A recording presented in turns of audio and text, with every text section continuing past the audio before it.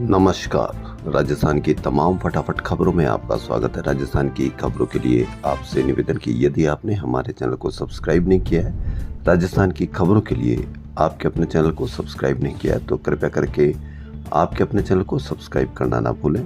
Subscribe करते हैं तो हमें हिम्मत होती है सही और सच्ची खबरें आप तक पहुंचाने की। तो क्या है आज की बड़ी खबर जो राजस्थान की है। यदि आपके किचन, स्टोर और लिविंग एरिया के आसपास चूहे हैं तो ये खबर आपके लिए महत्वपूर्ण है। वजह यह है कि चूहों के यूरिन से फैलने वाली लेप्टोस्पायरोसिस यानी रेट फीवर बीमारी गोवा, केरल, महाराष्ट्र जैसे ज़्यादा बारिश व नमी वाले क्षेत्रों में फैलने वाली इस बीमारी ने इस बार राजस्थान में पैर पसारे हैं। ये खबर दैनिक भास्कर की।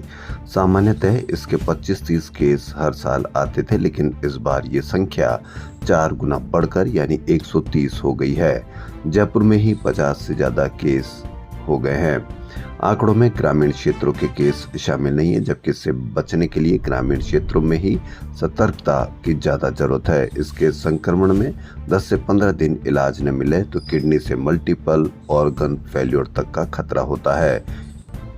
वहीं इंटरनेशनल जर्नल लंग इंडिया में पब्लिश हुई रिसर्च में यह हकीकत सामने आई है कि रिसर्च में अस्थमा और सीओपीडी से होने वाली मौतों के कारण भी बताए गए हैं। साथ ही उन आंकड़ों को भी स्पष्ट किया है जिनके मुताबिक सीओपीडी और अस्थमा से राजस्थान में सबसे अधिक मौत होती है। दरअसल इंडियन चेस्ट सोसाइटी द्वारा seasonal wave of respiratory disease survey किया था, जिसमें देश के 290 केंद्रों से श्वसन रोगियों का अध्ययन किया गया था। जयपुर की senior pulmonologist doctor Shitu Singh और उनकी टीम ने यह रिसर्च की। अस्थमा और सीओपीडी के 1/4 से अधिक रोगियों की स्थिति गंभीर होती है, साथ ही वे घातक परिणामों के प्रति अधिक संवेदनशील होते हैं। वहीं 1/3 खराब नियंत्रण वाले अस्थमा रोगी गंभीर होने के बावजूद इलाज नहीं लेते और इसी वजह से मौत होती है। यानी देश भर के 290 सेंटर्स पर सांस के मरीजों पर रिसर्च सबसे ज्यादा मौतें राजस्थान में। जिला उपभोक्ता आयोग जयपुर द्वितीय ने मोतियाबिंद के ऑपरेशन में लापरवाही से मरीज की आंख खराब होने को गंभीर कृत्य व सेवा दोष करार दिया है। वहीं ऑपरेशन करने वाले विपक्षी डॉक्टर राजकुमार शर्मा व डॉक्टर RM साहेब memorial hospital and research centre पर 16,61,000 रुपए का हर्जाना लगाया है। साथ ही विपक्ष को निर्देश दिए कि वह ऑपरेशन व लेंस के लिए परिवादी से वसूले 18,000 रुपए परिवाद दायर करने की तारीख से 9% ब्याज सहित दे। RTDC के होटलों में ठहरने वाले पर्यटकों और अतिथियों को अब सरस डेयरी के प्रोडक्ट भी मिल सकेंगे। इस संबंध में राजस्थान पर्यटन विकास निगम की प्रबंध निदेशक सुषमा अरोड़ा ने आदेश जारी किए हैं। JDA रीजन में बीते 1 साल से नई कॉलोनियों के नियमन कैंप नहीं लगने से हजारों भूखंडधारी पट्टों के साथ मूलभूत सुविधाओं को तरस रहे। पूर्ववर्ती सरकार ने प्रशासन शहरों के संघ अभियान में 3 साल में करीब 4,000 कॉलोनियों का नियमन किया था। अक्टूबर 2023 में विधानसभा चुनाव आचार संहिता के साथ ही अभियान ठप पड़ गया। फिर नई कॉलोनियों के नियमन अटक गया। सत्ता बदलते ही अभियान मार्च 2024 में खत्म हो गया। साल भर में एक भी कॉलोनी का नियमन प्रस्ताव नहीं दिया गया और न ही नई गाइडलाइन जारी की गई। शहर में करीब 600 कॉलोनियां ऐसी है जहां बसावट है, लेकिन नियमन नहीं होने से मूलभूत सुविधाओं का तरस रही है जनता। इनमें से ज्यादातर कॉलोनियां सोसाइटी पट्टों पर बसी और नई कॉलोनियां निजी खातेदारों की होने के बावजूद नियमन के लिए आवेदन नहीं कर पा रही है। यानी कि JDA में 1 साल में एक भी कॉलोनी का नियमन नहीं हुआ। 600 कॉलोनियों के 30-35 हजार भूखंडधारी कर रहे हैं पट्टे का इंतजार। बिना MBBS डिग्री के 98 लोगों को फर्जी डॉक्टर बनाने वाले राजस्थान मेडिकल काउंसिल में एक और गड़बड़झाला सामने आया है। मामला उदयपुर से जुड़ा है। यहाँ कार्यरत एक प्रोफेसर को सीनियर प्रोफेसर बताकर काउंसिल की सदस्यता दे दी गई।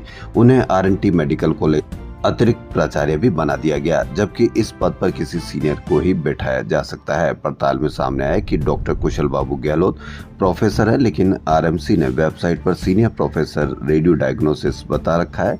डॉक्टर गहलोत अगस्त 2012 में सहायक प्रोफेसर पद पर नियुक्त हुए थे। उसके बाद अप्रैल 2019 में वह सह आचार्य और अप्रैल 2023 में आचार्य पद पर पदोन्नत हुए। नियमानुसार वह 2027 में वरिष्ठ प्राचार्य बनेंगे। राज्य सरकार ने कर्मचारियों को बड़ी राहत दी है। जिन कर्मचारियों ने एनपीएस से राशि निकाल ली उन्हें अब वह राशि ओपीएस के लिए जमा नहीं करानी होगी। अगस्त 2022 में ओल्ड पेंशन स्कीम के लिए बाध्यता की गई थी कि यदि वो ओपीएस चाहते हैं तो एनपीएस की निकाली गई राशि ब्याज समेत जमा कराना होगा। वित्त विभाग ने शुक्रवार को जारी आदेश में कहा कि निकाली गई राशि को सेवानिवृत्ति के समय समायोजित किया जाएगा। कर्मचारी यदि 4 अक्टूबर 2024 के बाद एनपीएस का फंड निकालते हैं तो उस कर्मचारी को ओल्ड पेंशन स्कीम में नहीं माना जाएगा। गौरतलब है कि पूर्व में प्रावधान था कि यदि किसी कार्मिक ने एनपीएस की राशि निकाल ली लेकिन जमा नहीं कराई तो उसे ओपीएस से वंचित कर दिया जाएगा। इसका ओपीएस पर असर के बारे में अखिल राजस्थान राज्य कर्मचारी संयुक्त महासंघ एकीकृत के प्रदेश अध्यक्ष राजेंद्र राणा का कहना है कि यह ओपीएस बनाए रखने का सकारात्मक संदेश है। राजस्थान राज्य कर्मचारी संघ के महामंत्री देवेंद्र सिंह नरूका का कहना है कि जिन कर्मचारियों ने एनपीएस से 25% राशि निकाली थी तभी जमा करने के आदेश निकाले गए थे। जिन्होंने नहीं कराया ये आदेश उन पर लागू होगा। टमाटर, आलू, प्याज, इनकी महंगाई ने कई सरकारों को गड़बड़ कर दिया था और कई सरकारों को गिरा दिया था, लेकिन अब महंगाई की गणित बिगाड़ते हैं टमाटर, आलू, प्याज। तो आपको इस महंगाई की गणित समझाते हैं, लेकिन सस्ता कब होगा यह नहीं बताते हैं। किसान से आप तक पहुंचते पहुंचते टमाटर, आलू, प्याज जैसी सब्जियों के दाम तिगुने हो जाते हैं, यह आपको समझाया जा रहा है। लेकिन तिगुने क्यों हो जाते हैं? पहले भी तिगुने ऐसे ही केस में होते होंगे और ऐसे ही मामले में होते होंगे, लेकिन तब सरकारें चला जाया करती थी। लेकिन अब सरकार जाती नहीं है, बल्कि आपको ये समझा दिया जाता है कि तिगुने हो जाते हैं, इसलिए उन पर कोई कंट्रोल नहीं, आप लोगों के द्वारा ही इसके दाम तिगुने कर दिए जाते हैं। इस पर कोई भी सरकार इसके लिए दोषी नहीं है। जबकि आज आलू, प्याज, टमाटर, लहसुन 400 रुपए किलो बिकता है, टमाटर 70 से 80 रुपए किलो, आलू 40 रुपए 50 रुपए किलो और प्याज 50 से 60 70 80 रुपए किलो। लेकिन आपको कोई फर्क नहीं पड़ता, क्योंकि आपको दूसरे कामों में भरमाया जा रहा है और आप उन कामों में लगे हुए भी हैं। यह किसका? इनका खामियाजा सिर्फ आप भुगतते हैं। टमाटर, आलू, प्याज, आपके रसोई के दाम बढ़ते हैं, आपकी सैलरी कितनी बढ़ती है इस पर भी आप अंदाज़ा लगा लीजिए। लेकिन कोई बात नहीं, क्योंकि आपको यही काम करना है कि आप दूसरे कामों में लगे रहे, और चाहे टमाटर, आलू, प्याज कितने ही कीमतों में बढ़ जाए, इससे आपको कोई फर्क नहीं पड़ता। आपको दूसरी गणित बता करके वो समझ जाते हैं कि आप संतुष्ट हो गए, इसलिए अब आप पर कोई फर्क नहीं पड़ेगा, चाहे दाम कितने भी बढ़ जाए। लेकिन समय आ जाएगा जब आप समझेंगे कि वास्तव में दाम बढ़ गए और आपकी जेब पर कितना असर पड़ा है। राजस्थान के उप मुख्यमंत्री एवं परिवहन मंत्री प्रेमचंद बैरवा के बेटे का आखिरकार आरटीओ जयपुर ने 18 साल से कम उम्र में कार चलाने के मामले में चालान काट दिया। शुक्रवार शाम 7,000 रुपए का चालान उप मुख्यमंत्री डॉक्टर प्रेमचंद बैरवा के घर भेजा गया। गौरतलब है कि हाल ही में परिवहन मंत्री बैरवा के बेटे का चौपहिया वाहन चलाते समय वीडियो सामने आया था। इसमें आगे और पीछे पुलिस की गाड़ियां चलते नजर आ रही थी। 18 साल से कम उम्र का होने के चलते यह सोशल मीडिया पर वायरल हो गया था। इस पर आरटीओ ने वीडियो के आधार पर चालान काटा है, जिसे उप मुख्यमंत्री व परिवहन मंत्री के घर भेजा गया है। अब आपके लिए मंगलसूत्र बनाना कितना महंगा हो गया है, ये आप इसकी एक वानगी देखिए। देश के ज्वेलरी बाजार में शुक्रवार को सोना पहली बार 76,000 रुपए प्रति 10 ग्राम के स्तर को पार कर गया। बेशक कारोबार खत्म होने के समय यह 76,000 से नीचे बंद हुआ, लेकिन सोने में तेजी लगातार जारी है। उधर जयपुर में सोने की कीमत 78,250 रुपए प्रति 10 ग्राम रही। 2.25 माह में जयपुर में सोना करीब 12% यानी करीब 8,450 रुपए महंगा हो गया है। 1 जनवरी से अब तक सोने की कीमतों में 20.57% तक उछाल आ चुका है। यह तब आया जब बजट में सोने पर आयात शुल्क 9% घटाए जाने के बाद आया है। यदि 9% और बढ़ा होता तो ये सोना 80 से 85,000 के बीच में पहुंच गया होता।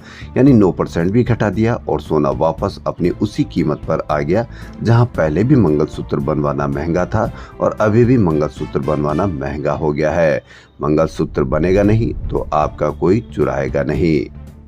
भजनलाल सरकार में मंत्रिमंडल विस्तार और विभागों में फेरबदल इसी महीने संभव हो सकता है। कुछ मंत्रियों को प्रमोशन मिल सकता है तो कुछ मंत्रिमंडल से बाहर हो सकते हैं। 7 विधानसभा सीटों पर उपचुनाव बड़ा बदलाव हो सकता है। नियमानुसार विधायकों के 15% सदस्य ही मंत्री बन सकते हैं। ऐसे में सीएम सहित कुल 30 मंत्री बनाए जा सकते हैं। वर्तमान में सीएम सहित 24 मंत्री हैं। मंत्रियों के 6 पद खाली है।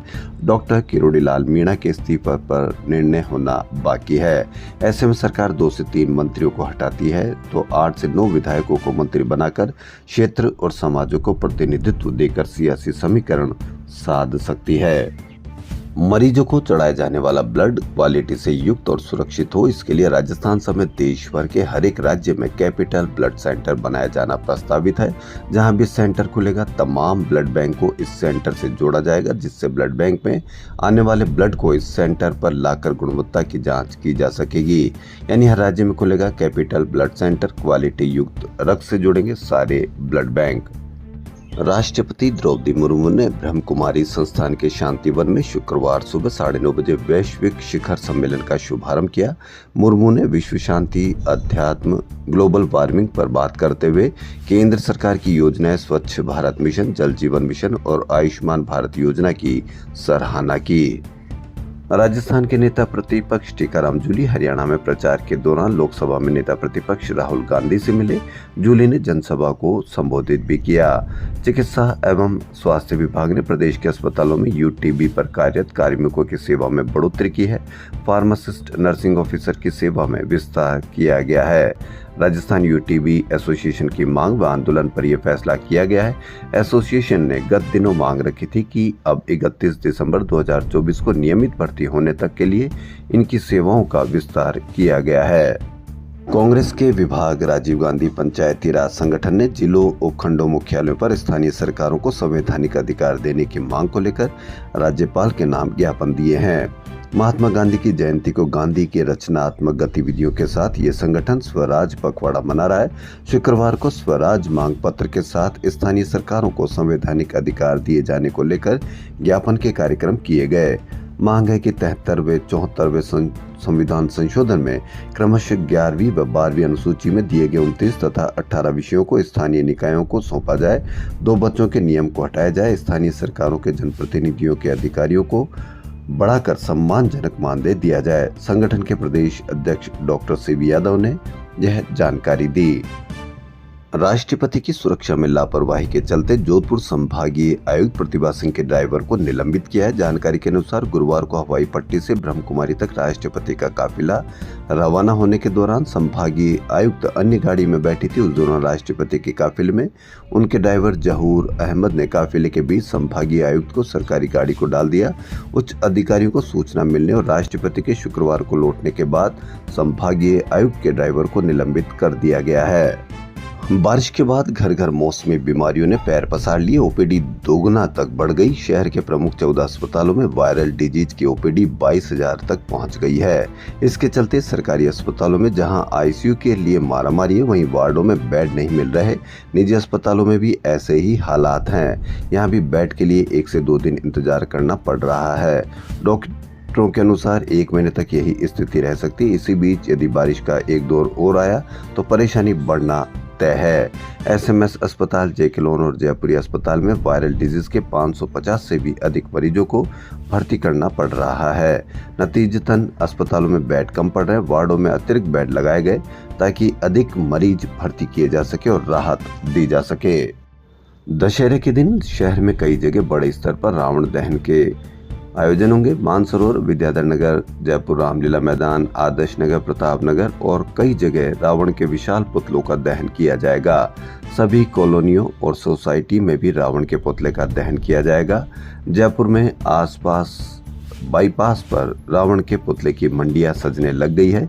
यहाँ पर 2 फीट से लेकर 51 फीट ऊंचे पुतले सजकर तैयार खड़े हैं।